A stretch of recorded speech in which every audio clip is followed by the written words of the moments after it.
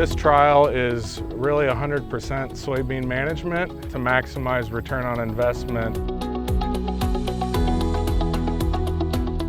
Hello, and welcome to this edition of the State of Soy. I'm Michaela Jordan, reporting from the farm in Carlisle, where we're looking at some RCFI research trials. And I'm joined today by RCFI's Research Agronomy Lead, Alex Schaefer, and Carlisle farmer and ISA District 5 Director, Corey Goodhue.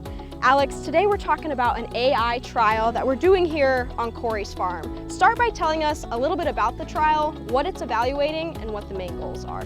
Yeah, so this trial is really 100% soybean management. It's funded through a project from the North Central Soybean Research Program. Dr. Sean Conley out of Wisconsin is collecting a lot of data from yield monitors across multiple states and pairing that yield data with soil data, weather data, scouting data, economic data entered by farmers. And he's developed a model that will help farmers make decisions around how they manage their soybean crop. This model, a farmer like Corey can go in and put in different parameters like when am I going to plant, where do I plant, what's my population, what's the cost of my seed.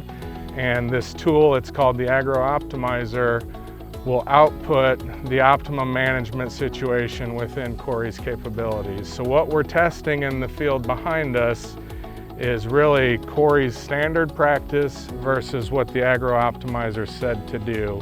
We're ground truthing what the model says with real in-field data. So with this trial, what does it look like from the farmer perspective, Corey? Yeah, so when Alex and I sat down to talk about this trial last winter, we were really looking at a pretty difficult margin situation.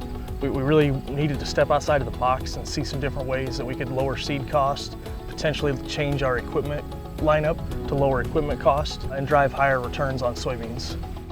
What results have you been seeing from this trial so far, Alex? The goal was every couple of weeks, all summer, looking at a lot of stuff, scouting, taking a lot of notes. And really what I see is soybeans are amazing at their ability to compensate for whatever condition they're in. So one of the parameters of this trial to maximize return on investment is the optimum seeding rate being lower than Corey's standard practice. We may have a thinner stand in some spots than what Corey would normally plant, but the soybeans' ability to branch and compensate for low population, that's probably the biggest thing that we've seen that is maybe the chance for greater return on investment with reduced inputs. There's some other things that we're trying with row spacing and a little bit of nitrogen fertilizer at planting. So it remains to be seen if we find any sort of a yield bump, but we're at least hopeful that the reduced input cost beans will keep up with Corey's traditional system.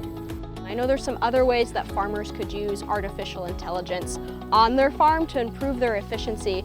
What ways are you otherwise using artificial intelligence, or do you think farmers could use it? Yeah, I think the first thing that I talk about is we also raise forage crops. So we have a cash forage crop side of our business. We've looked at alternatives on some of our more challenging acres, and some different AI tools have really helped us look at different ideas. Really surprised me, not only the ideas that it gave us, but then the agronomic recommendations were actually pretty solid. So I thought that was pretty interesting.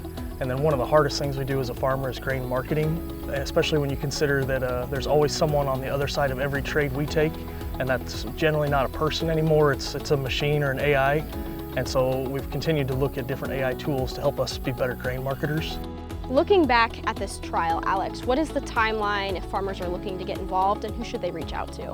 This is a spring soybean management trial, so we've got all winter to think and plan and talk about this. I encourage all farmers to reach out sooner than later, going to Iowa Soybeans and finding who your research agronomist is and reaching out. That's a great way to get connected, and we do everything we can to organize the trial that it's easy to input and valuable to the farmer. If you're interested in exploring the Agro Optimizer, go to agroptimizer.com and you can play with the tool. We also have a suite of tools on our website, iasoybeans.com, and would love to work with the farm on projects.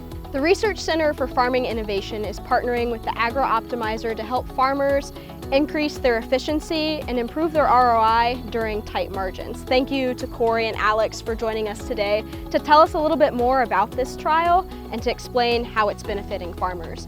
Reporting for this edition of the State of Soy, I'm Michaela Jordan.